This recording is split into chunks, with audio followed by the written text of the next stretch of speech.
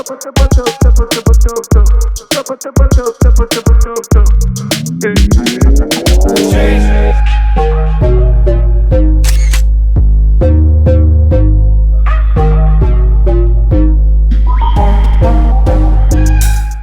is up, everybody? Welcome back to another episode of Just Jay the podcast. I'm very excited today because I have a really, really dope guest. She's a woman whose work lives at the intersection of presence, purpose, and community. Whether she's hosting conversations, leading events, or building something meaningful from the ground up. I worked hard on this intro. So I love it already. But beyond the titles, what I admire most is how she shows up with heart, with clarity, and with intention. Kamey Gomez. Welcome you. To Just Jay. That was beautiful. Thank you. I worked hard on it. No, I love I had to that. Make it right. I love that. Definitely Thank touched you. me. I think it's important to introduce people and give them their flowers when you're doing it. Yes, and I love about that intro that it's just not highlighted on like the accomplishments or anything surface level. It's more about, purpose and passion and intentionality. So I love that. Thank you. Oh my God. You're welcome. I'm like starstruck a little bit. I don't know why. Right. Anyway, so tell the people who don't know you a little bit about where you're from, what you do, and all of that. Yes, I'm Kamey Gomez, born and raised in East Harlem. Big Harlem energy, big Boricua energy. I love it. I'm the youngest of 5, and honestly, I'm really just someone like anyone else, who had a dream growing up, who always, explored my passions just, creatively, and kind of one opportunity led to another just by me putting myself, out there and, branding myself digitally and just, being in so many different spaces. So I host live events. I interview a ton of different people. I work activations. I do a lot of behind the scenes work and like film and TV production, everything. Live event production, all things media and entertainment. Like you name it, I've done it. I love that. I love that. That is why it was so important for me to have you on the show. It's so funny. I was talking to Angela a couple weeks ago. I was like, I'm going to DM her. Yes. And I'm just going to see. Because I remember I watched your walking talk with Angelo. And I was like, you had said something about like, if you're going to go after something and like try to, get your voice out there, you got to just do it. Yes. Got to step out on faith. And I was like, okay, I'm going to DM her. And I literally DM'd you the next week. And I was like, oh my God, I'm so happy that you like responded. No, I'm so happy you even reached out to me. Like I was telling you off camera, this is the first female podcast that I've ever done. I can't believe that. I'm so honored. Yeah, I'm honored that you reached out to me. Yeah. So I think that it's important to just have other powerful women on my platform. So that's why like I've been seeing everything that you've been doing. I saw you at the Polymath live show. Yes. I was like, this girl is so dope. Thank so I'm you. so happy to have this conversation. Usually when I have guests, I start with a little icebreaker. Okay, a little game. Just a little game. The questions aren't too crazy, so don't be, don't be alarmed. We'll do like 2 each, and then we'll get right into the topics that I have. Oh shit, that one fell out, so I'm gonna take that as a sign. All right. Oh, I get this one all the time, boo. Yeah. Should I read it? Yeah, go ahead. You go first. Ooh. If you could give your 18-year-old self some advice, what would you say? That's a good one. That is a good one.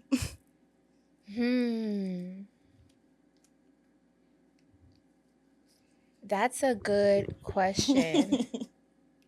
I'm going to say I would tell my 18-year-old self to... That's a hard one. Yeah, it is, because I'm trying to think back to like what was life like when I was 18 years old. Yeah. Like I was just leaving high school. Right. I graduated when I was 18. I went to Syracuse University starting like a couple of weeks after I graduated high school. Like just went right into it. And something I wish I would have known back then was honestly like probably not to take college like too serious. Yeah. Yeah. Like I feel like I let the social experiences in college kind of cloud what I wanted my actual experience to be. So I would just tell my 18-year-old self, like, when it comes to like being in college, like, don't trip, don't sweat. Yeah. Don't fuck with nobody. Have fun. Yeah, like, and honestly, don't take it too serious, So that's what I would say. I agree. That was a good one. That was a good answer too. Mine is, what is self-care and how do you take care of yourself? Oh, I love that. Self-care, that's crazy. I just talked about this on Friday. Self-care to me is just doing things that I enjoy and that make me feel whole. Mm-hmm. So self-care to me, I don't want to say like the typical answer of just like, oh, I get my nails done. Like, Yeah. no, it's so much more than that for me. Like just taking time to myself, reading. I like to write. I like to journal. I like to do all of those things. Same. Yeah. Yeah, that would be my answer. Okay, I love that. One more. All right. I don't know why I'm closing my eyes. I know, right? I can't even see. Okay. This one says, what is your biggest pet peeve? What is it? Tell me. What's crazy is I just did a TikTok about this not so long ago, and something kind of happened today. Right. So I'm going to just say this. My biggest pet peeve as of right now is when people are loud and wrong. Yes. Like when people talk without knowing and they're just so loud about it, like if it's a fact. Yeah. So that's been my biggest pet peeve as of lately. Like my thing is, humble yourself to not knowing information. It's okay to say that you don't know. Yep. And also people just be thinking they know shit based off the internet. Can I curse? Yeah. Okay, like like just off the internet and based off their own perception. So know before you talk. I agree. Okay, my last one is, what is your favorite thing about yourself and why? I love that. Ooh, my favorite thing about myself probably is the fact that like whatever I say I'm gonna do, I do it. Ooh. You know? Yep. Like if I have a dream or a vision, yes, there's nothing you could say to me that's gonna make me be like, maybe I can't do it because I thought about it, so I can't. You know what I mean? So just the determination to just prove everything. I like that. We doing another one? We can do another one. All right, let's do it. Let's do one more. Damn, these shits is good. Ooh. Oh, no, I hate that one. What is your love language or languages? I'm definitely going to say quality time, physical touch, words of affirmation, acts of service, and then gifts. Shit, all the above. Yeah, right. But in that order. In that order. Yeah. Okay, I respect it. Damn, mine have been dirt. Hold on. You know what sucks about this? Because I've done all of the questions. Yeah. So like, you got to get some new ones, some spicy ones. I know. One unknown fact about you is, I don't know. One unknown fact about me. I can't swim. That's a fact. That's a fact. A little doggy paddle, maybe. A little floatage. You can put yours back in there. Okay. I can't do nothing. Am I picking again? You want to do it again? Go ahead. What? Fuck it. Go ahead. Do one more. Ooh, what is your favorite trip you've ever taken? Paris, hands down. I went to Paris by myself for the first time in 2017, and it changed my life. I love Paris. How was the experience by yourself? It was a little scary. Yeah. Especially I had to like upgrade my phone plan because I didn't have service out there. Yep. I was really thugging and bugging, like just meeting random people, but I had so fun. So Paris has a special place in my heart for that reason, because it's like it was the first place I went to by myself that I kind of learned how to navigate. Right. You know, so it was dope. I love that. So I talked about this a little bit before, but the first time I actually like came across you was at the Polymath Live show. I wanted to give you your flowers about that because the way you were able to control the crowd and keep them engaged and excited about each podcast and about each speaker coming up. I give you so much credit because at some point I would have been like, all right, here's the next one. Wrap it up. I don't know. Yeah, like I can't even, like, how do you go about keeping the crowd engaged? First of all, grabbing their attention to begin with.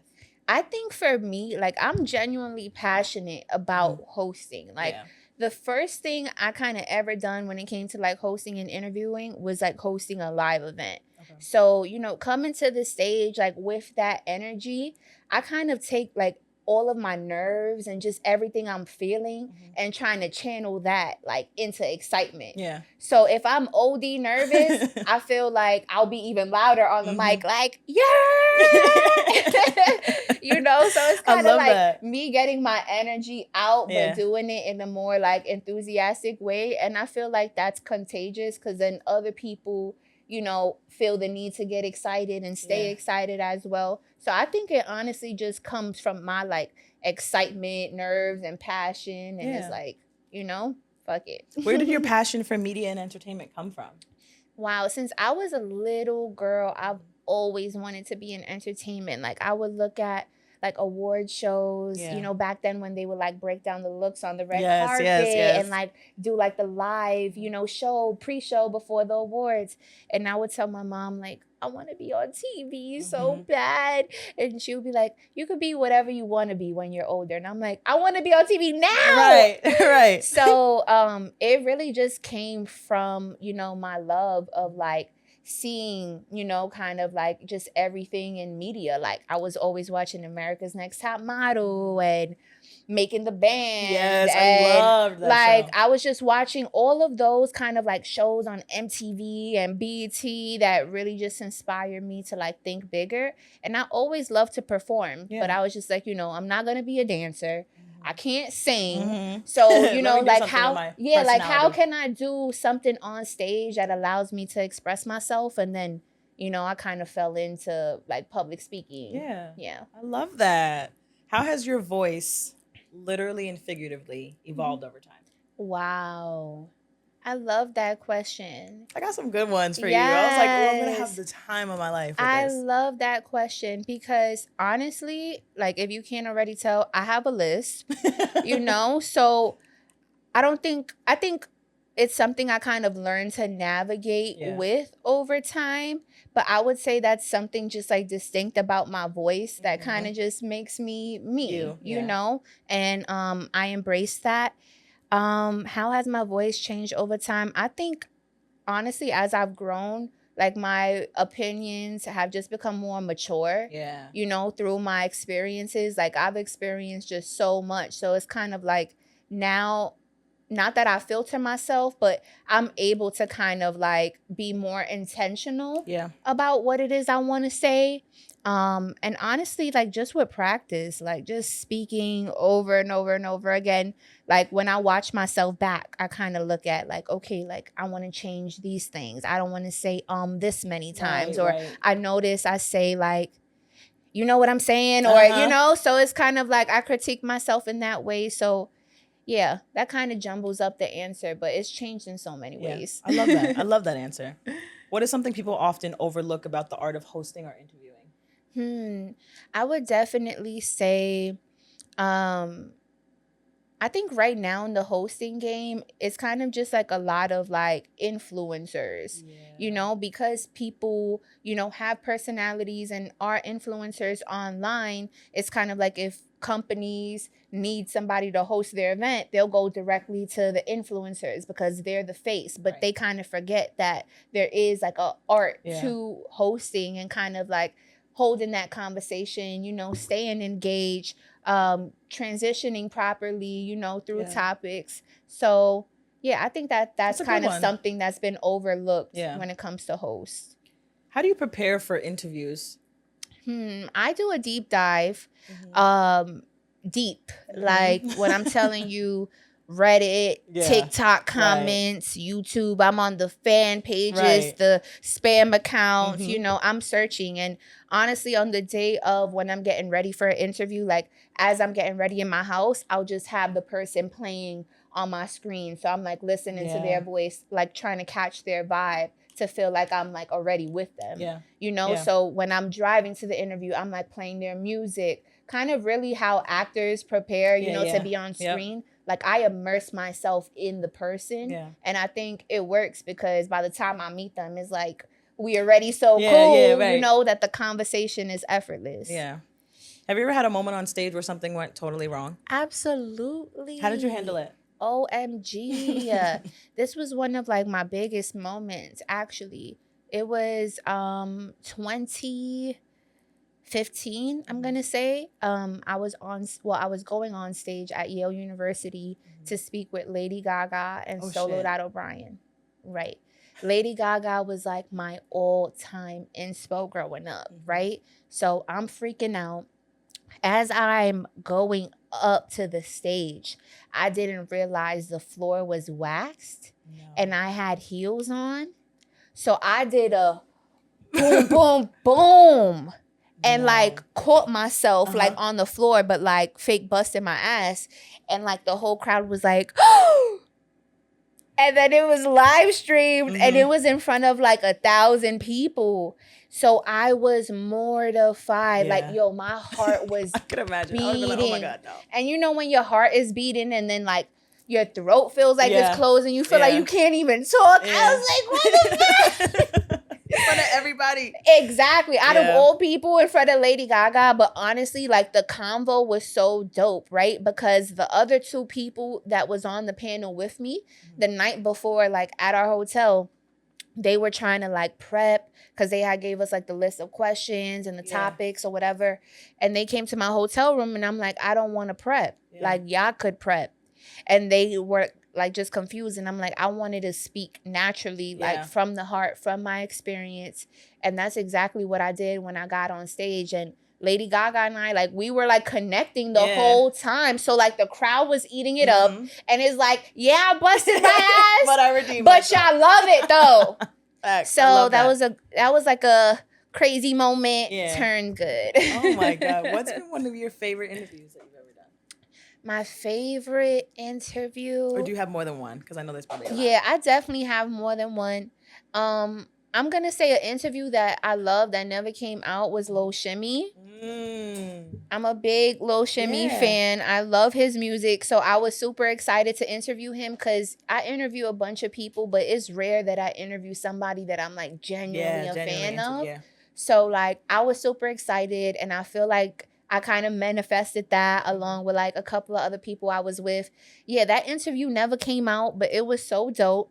He put his chain on me. What? Yes. And it never came out? It never came out. I got the pictures. Sometimes I still want to post them, but I'm like, how is this relevant? Yeah. You know? I feel you. But he put his chain on me. Like, he was just showing me pictures, like, of his son and his phone. Like, it was just so dope and organic. And, like, it was just fire. So, I usually say Styles P because he's a real one. But I'm going to say Styles P, Lil Shimmy, and I'm going to say Charlamagne, too, because that was my first interview. Fire. Yeah. Okay. What's a dream event you'd love to host or a person you'd love to interview and why? I would love to host the Grammys. Yes. That's always been my dream. That's a good to one. Host the Grammys. Like, whether it's like a red carpet special, like the pre-show, whether it's introducing an award on stage or actually hosting the Grammys. Like, I could see myself doing that on stage just in front of like the whole room, really like entertaining, delivering, killing that shit for Harlem. You know, like it's gonna feel like a full circle moment for me, you know, because it's just like coming from where I come from, fast forward to the Grammys, like I just can't wait for that moment. You just manifested. You just put it out there. Yes, it's gonna happen. Oh, oh my God. Like, she said that on my show. She said she wanted to do that. Oh my God, that's funny. What's something hosting has taught you about yourself? I would definitely say to give myself more grace because like being a media personality and a host, like I think sometimes it's easy to get caught up like in perfection, like saying things perfect and like, you know, just if there's a right way to do things. And I think anytime that I've either like messed up or have had something like crazy happen, like I think I just learned to give myself more grace and not beat myself up. Because I noticed like the moments I did beat myself up, it kind of discouraged me, you know, or like subconsciously or consciously discouraged me. So I would just say like, give yourself more grace for sure. I like that one. I would say like mine for podcasting has just been to just be me. Yeah. 'Cause I think like this that's enough. realm can have you like, damn, should I really put my whole heart out there? Should I really be vulnerable? But like, I think that when you're you, people connect to that more and it gets you further. So I've learned that also. So yeah, definitely just being me. Yes, I love that. Do you have a pre-show ritual? Is there any song maybe? Honestly, like you said, you just take in all of the content from the person. I really take in all of the content. I always have to have like a coffee or something before, like an iced coffee. I don't really have a ritual. I kind of just like 1, 2, 3, like do it. Like I kind of gotta just push myself. You know. Yeah. Where do you feel the most confident? Behind the mic, on stage, or one-on-one?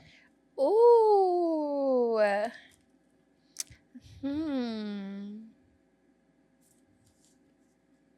behind the mic, On stage. or one-on-one. one-on-one. I'm gonna probably say on stage. Mm-hmm. Definitely on stage. I live for a stage. Yeah. I love that. I just love a stage. Yeah. Like, I just love performing. I love connecting. I love feeling like just all the energy in the room. Like, it makes my hair stand up. Like, it's overwhelming. You know, it's just like, wow, like all these people. Like, you know, I love it. So talk to me about All Stars by KG. Yes. I did my research. You see? I love it. I did. Yes. I loved the hat you had on for your Thank walkie talk. you. Gotta put that out there. Yes. How did that come about? How did you transition from media to just being like, okay, I'm gonna make my own thing? Well, ever since I was a little girl, I always wanted to be a fashion designer. So my mom bought me a sewing machine. I taught myself how to sew. And so fast forward, you know, to me, like being a little bit older, it actually started off as a joke. Like when the Erica Manuel shorts, like everybody was wearing those. Like one of my homegirls at the time, one of her homeboys, he was always wearing EE shorts. And I'm like, yo, I'm going to come out with the KG shorts. I need you to have the whole hood wearing them. And he's like, I got you. And so like, I was just putting it out there, and so many people was like discouraging me from like doing the KG. They're like, nobody's going to wear that. I don't think you should do that, da, da, da. So I'm like, man, fuck that. I'm going to just do it, right? So I ended up doing my KG sweatsuits. It was called the Classic New York collection. I came out with the sweatsuits in 3 colors: Syracuse orange, like an army green, like a dark green, and then black. I love that. So I started with those. I kind of saw the response from that, and I'm like, okay, like I want to keep going. And then like sometime around like the NBA like playoffs season, I was just like watching the game, and I'm like, All Stars, like it just caught my attention. Like it was a certain graphic, like I don't know if it was a vintage jersey or just like a certain graphic that appeared on the screen. I'm like, nah, like that's the brand. Like it just stuck out. And so I came out with my t-shirts, my basketball shorts, and then later on my trucker hats. But really started pushing the trucker hats because I feel like as a Harlem girly, I definitely love a good hat. You know, I feel like Harlem girlies, we could swag it out like that. So New York, I love it. Yes, and I felt like it was just unisex. It was something dope I could customize for people, and it actually has like a pretty significant meaning for me and like what an all-star like truly is. So everybody that wears my brand, I feel like it's very curated. Like, you know, they're all-stars in their own right. They're all-stars in their own lane. So was there anything that like kind of discouraged you from transitioning from media to fashion? Like any hiccups along the way? Honestly, yeah, I would just say like the outside noise, like the opinions. Like that's one thing I kind of learned over time is that like I don't really like to get too many opinions from people.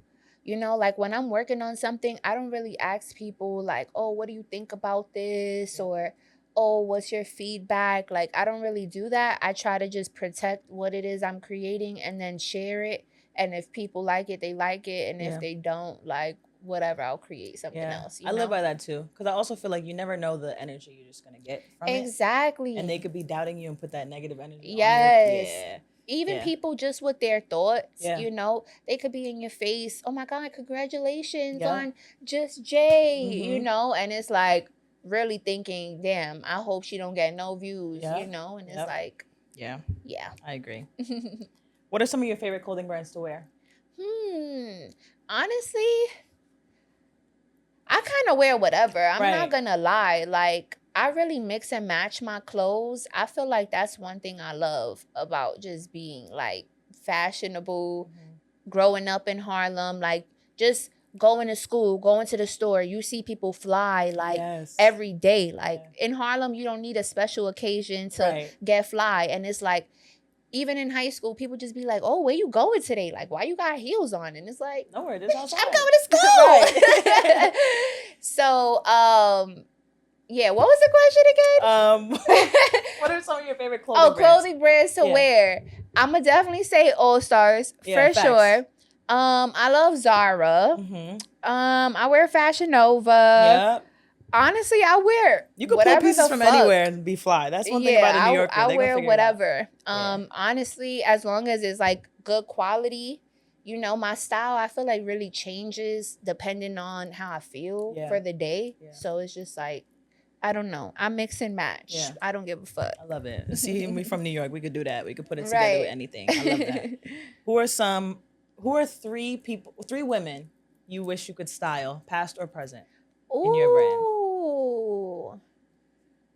Sweetie. Number one. Yeah. I would definitely. That's a good one. Honestly, I gave Sweetie one of my pink All-Stars hats last summer and she loved it. Yeah. And I'm just waiting for the day that somebody tags me in a picture of her wearing it. I hope she still has it, Sweetie. If you don't, girl, I will send you another one. I'll send you all the colors. But Sweetie, I feel like she could pull it off. I love her style. And yes, I just love Sweetie. Yeah. Someone else I wish I could style. What, in my brand or just like in general? Yeah, in your brand, yeah. Someone else, I'm gonna say, probably.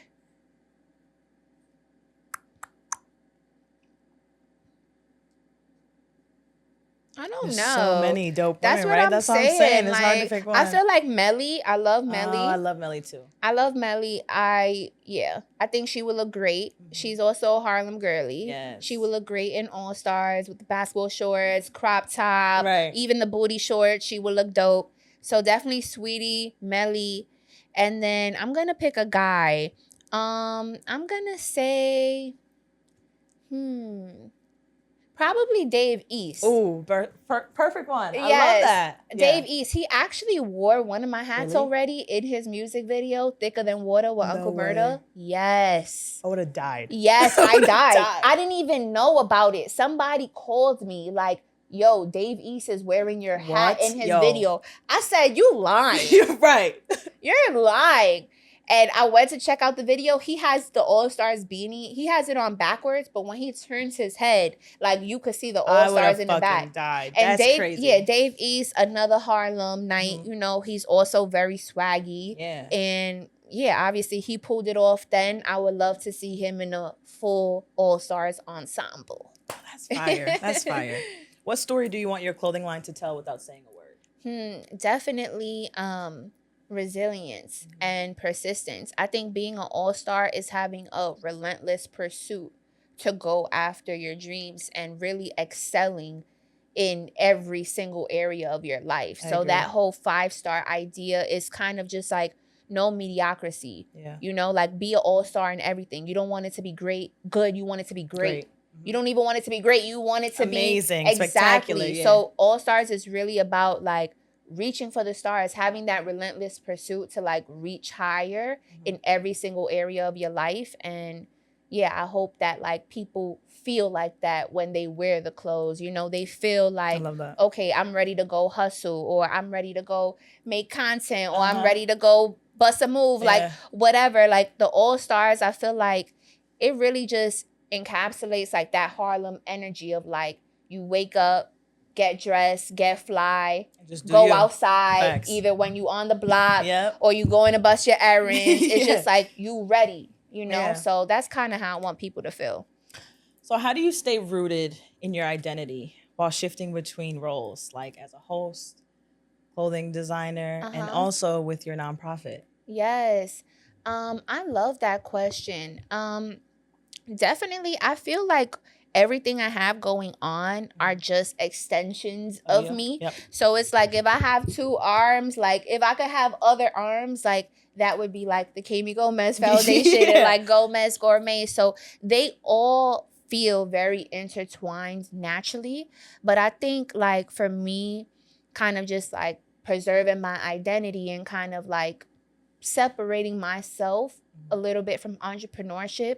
Like therapy helps me a lot, you know, just like reflect.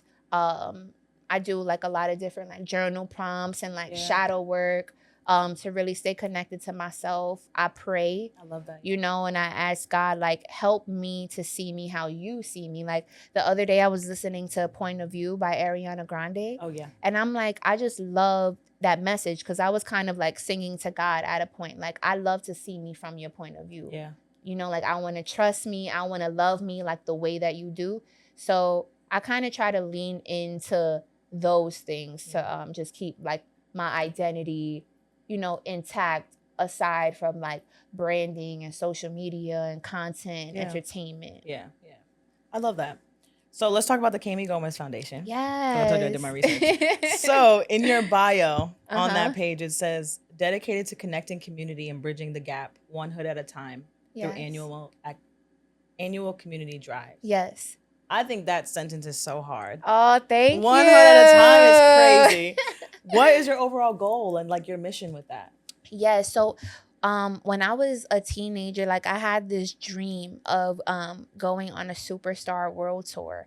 And this kind of ties into like Allstars too, kind of. I wanted to, you know, go around the world and document my experience and really find like all-stars and superstars in different communities. Yeah. So whether that's like in Africa, Australia, kind of just find like dope people in the community who are moving and shaking that don't necessarily, you know, have like an influencer title or is like broadcasted on social media. And so, yeah, like that was kind of my vision. And so with the Kamey Gomez Foundation, one hood at a time means exactly that. Like I like to say like first the hood, then the world. Yes. And I think that if we could start with where we are, that it'll eventually, you know, branch out. Because I originally started, you know, the Gomez toy drive with one of my colleagues. We did it in a, you know, private school in the Bronx. Then it kind of transferred into, okay, well, what communities actually mean something to me? And, you know, I really want to like touch and like really immerse myself in. So then we moved over to Harlem. And it's like, eventually I hope to grow the Kamey Gomez Foundation where it's like, we are in Washington Heights. We're in the Lower East Side. We're in Brooklyn, you know, Long Island. we're in Long Island, you know, we're in all of these communities. And so that way, like, I feel even if it's not with me, hopefully that impact could kind of be more of a ripple and domino effect for others to like touch the world themselves. So that's kind of why I say like one hood at a time, first the hood, then the world. When did you take that idea and turn it into an actual thing? What's so crazy is one thing I notice is like when you genuinely have a desire for something, it'll kind of like manifest and unravel throughout the years naturally. So it wasn't really one exact moment, you know, that kind of like turned into the Kamey Gomez Foundation. It was like a combination of events. And it's like, whoa, like this is a Kamey Gomez Foundation, you know? And so like I said, it started with I wanted to go on the Superstar World Tour, you know, then fast forward to probably my freshman year in college, I did some community service work. Like I got my feet wet. Then fast forward to my sophomore year, I did the Gomez toy drive. But even my freshman year, I was doing like a video with the John Starks Foundation because I was a scholarship recipient from them. And they were just interviewing me. And ironically, I was like, one day I hope I have the Kamey Gomez Foundation. And I just laughed. And that was in 2017. And it's like, fast forward, like, I didn't even know that I really wanted the Kamey Gomez Foundation. I was kind of just saying that because of the John Starks Foundation. But it's like, it really did come to life, though. And it's like, shit, like, I already started. Like, I can't stop now, you know? What was the... Oh, I just asked that question. Sorry. What is one piece of advice you give to one woman listening who feels like they're not ready yet to lead something big? Made me forget about my drink. Cheers.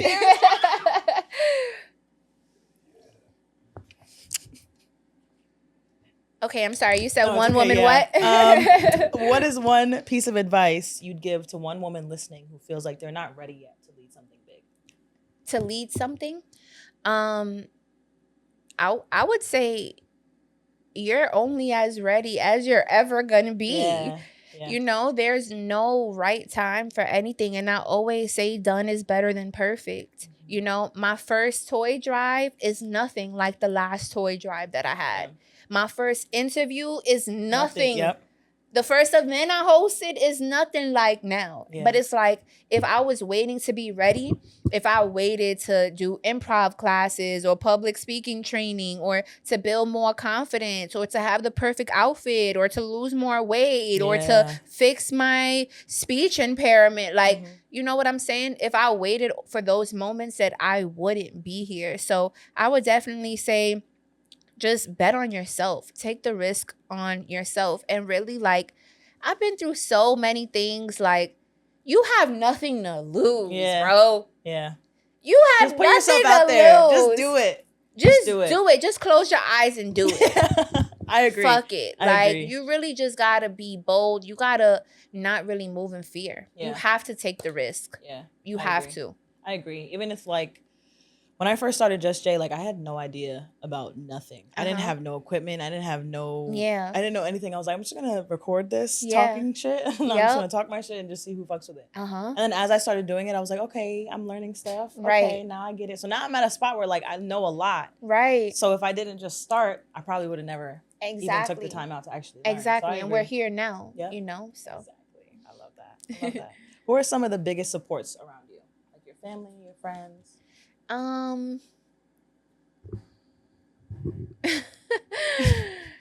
Next question. Okay, no problem. When do you feel like the most yourself? No cameras, no audience, just you. Honestly, like when I wake up in the morning. When I wake up in the morning, when I make my bed, I put on some music, light a candle, fix my crib a little bit. Yeah, like the morning is kind of my time, you know, where it's like, all right, the sun is shining. Like the morning is my vibe. So I would say I feel, and I'm like cute pajamas, but like ugly crazy. And it's like, that's really like me, you know? I agree. What do you think your purpose is, and do you think you're fulfilling it? Oh, I love that question. I think my purpose is definitely to inspire other people to become alchemists in their lives. Yes. And I think what's so just crazy about my life that God really has orchestrated is that I've experienced some of the most traumatizing things in life, but also some of the most miraculous, beautiful blessings. And I think God really just allowed me to experience both, just so that I could share with people that it's possible. I think I'm really a walking testimony. Yes. You know, and anybody that meets me or come across me or listens to me or watches me, however, like I hope that that's what they can take from my life on earth. You know, so I think definitely inspiring others with my voice and more importantly with my story. And kind of just how I'm able to connect with people and, you know, just bring out certain conversations, like certain emotions. I think that it causes a ripple effect, you know? So I think that's my purpose, and I do think that I'm fulfilling it. I think so too.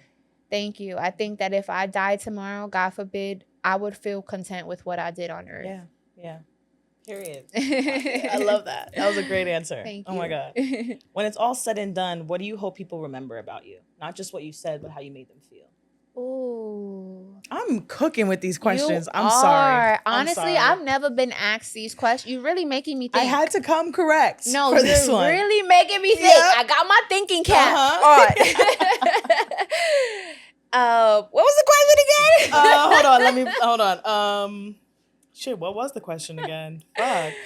Oh, when it's all said and done, what do you hope people remember about you? Not just about what you said, but how you made them feel.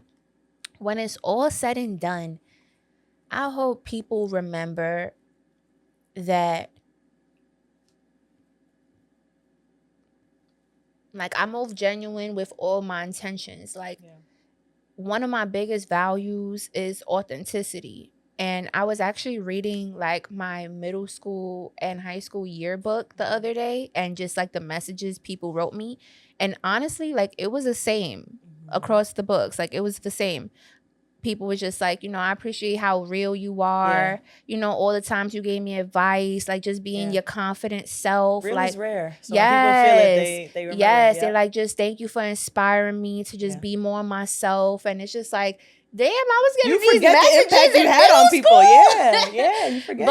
But honestly, I hope that, people remember that about me, that, I just remain true to who I was, and everything I did on earth was an extension of who I actually was. And everybody that I touched or encountered on earth, like, it's never been a phony bone in my body. So yeah, I hope people just like remember the realness, the genuineness, and I hope people remember my essence, and just like how I transform like a space and how it feels when I'm in a room. Like, I hope people just remember what it feels like to be around me, because like, not even on no cocky shit, but I just feel like I'm really a one of one person. So it's like, I have that tattooed on the back of my neck. Oh, I love that. But I love that you said that. Yes, like, I really am a rare person. So it's like, I hope people just remember my aura and try to embody that in everything they do. Oh my God, this fucking interview is crazy. Aww. This is crazy. Oh my God, this is crazy. I'm dead. No. Before we wrap up, I like to do a mental health check-in. Because that's important, especially for women. Mm-hmm. So how do you feel right now? How did this interview make you feel? Honestly, yes. Honestly, I feel inspired by you. Stop. I'm inspired by you. Stop it, because I love how you picked up, came, transformed the set real quick, all the way from Long Island. We made it happen. I love your questions. I love your authenticity to your brand.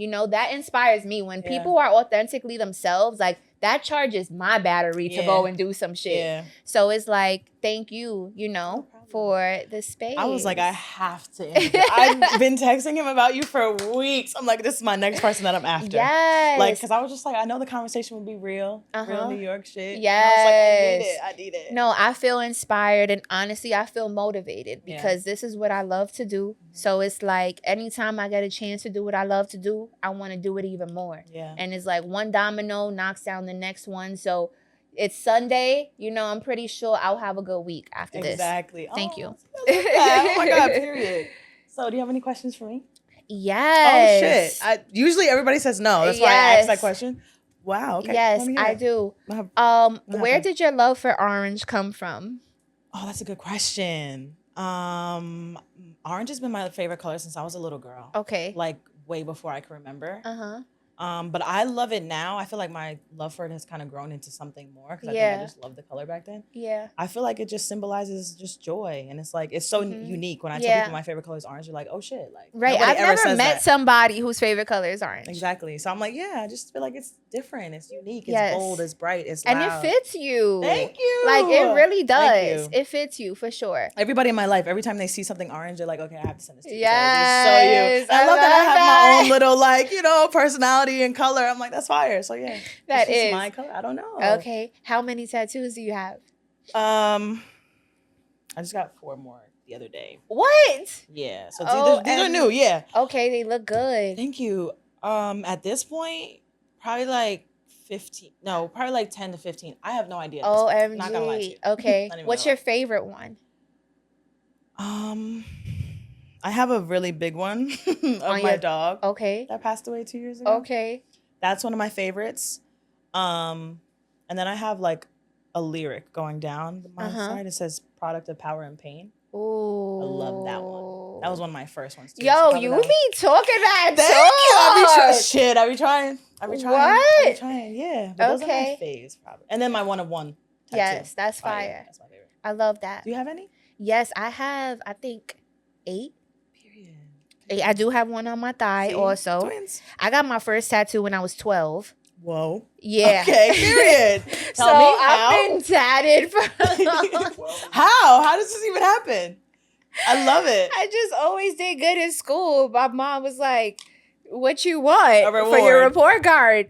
And it's like, all right, I got mad Jordans every Saturday. I'm like, get me what tatted. can I do? Get me tatted. Yeah, I want a tattoo. love that. And then my brother's friend, he was a tattoo artist. So I love Nicki Minaj at the time. And I got some Chinese letters going down my side that says beauty is intelligence. Period. Or so I think it says. Right. Everybody that has Chinese letters, that shit could say Happy Hanukkah. I don't even know. But word. I'm a barb for life. Yeah, right. That's crazy. Shout out to moms. That's fire. No, and my whole family is tatted. My mom has her whole stomach tatted, her arms, her back. Yeah. My sister, everybody is tatted. So it's just like, it was kind of normal. I love it. It's just such a form of expression. For sure. I love it. And I feel like our bodies are canvases. We should decorate them how we want. And honestly, like I kind of learned. I love the hands ones. Thank you. I just got this one. Really? I got it Friday the 13th. I love that. Yes, I got this one. I love it. It definitely has a couple of different meanings for me. And this one I actually got matching with my mom. Oh, I love that. And one of my homegirls, Sophia. So now my mom, she wants the diamond. She want to match again. So I love that. Yeah. I love that.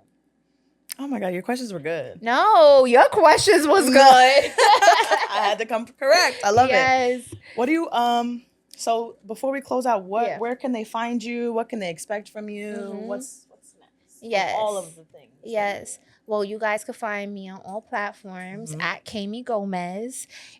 What's next for me is just honestly a lot of content. Some fresh one-on-one sit-down interviews is coming soon. So I'm excited about that. And really just stay tuned. Like everything I already have going on, just taking that to the next level. Doing another Gomez Drive this year for the community. And coming out with some summer stuff for Allstars as well. So yes, follow all the pages. I love that. Stay tapped in. Hit me up. Fire. Don't hit her up for an interview though. Just me. That's just me. No, I'm just kidding. Thank you so much for coming. Thank you for having me. I loved it. I loved it. Thank you for watching another episode of Just Jay. Bye. Later.